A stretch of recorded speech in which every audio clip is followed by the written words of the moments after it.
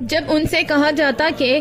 اس کتاب پر ایمان لاؤ جسے اللہ نے اب نازل فرمایا، تو کہتے ہیں ہم صرف اس کتاب پر ایمان رکھتے ہیں جو ہم پر نازل کی گئی، اور وہ اس کے علاوہ کا انکار کرتے ہیں، حالانکہ وہ قرآن بھی حق ہے، اس کتاب کی بھی تصدیق کرتا ہے جو ان کے پاس ہے۔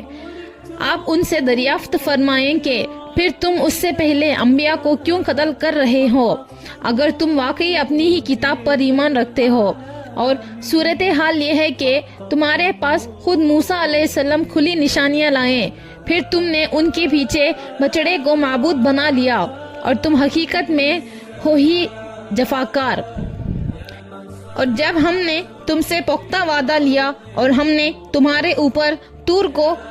اٹھا کھڑا کیا، یہ فرمایا کہ اس کتاب کو مضبوطی سے تھامے رکھو جو ہم نے تمہیں عطا کی ہے، اور ہمارا حکم سنو، تو تمہارے بڑوں نے کہا ہم نے سن لیا مگر مانا نہیں، اور ان کے دلوں میں ان کے کفر کے باعث بچڑے کی محبت رچا دی گئی تھی۔ اے محبوب، انہیں بتا دیں کہ یہ باتیں بہت ہی بری ہیں جن کا حکم تمہیں تمہارا نام نہاد ایمان دے رہا ہے، اگر تم واقعی ان پر ایمان رکھتے ہو۔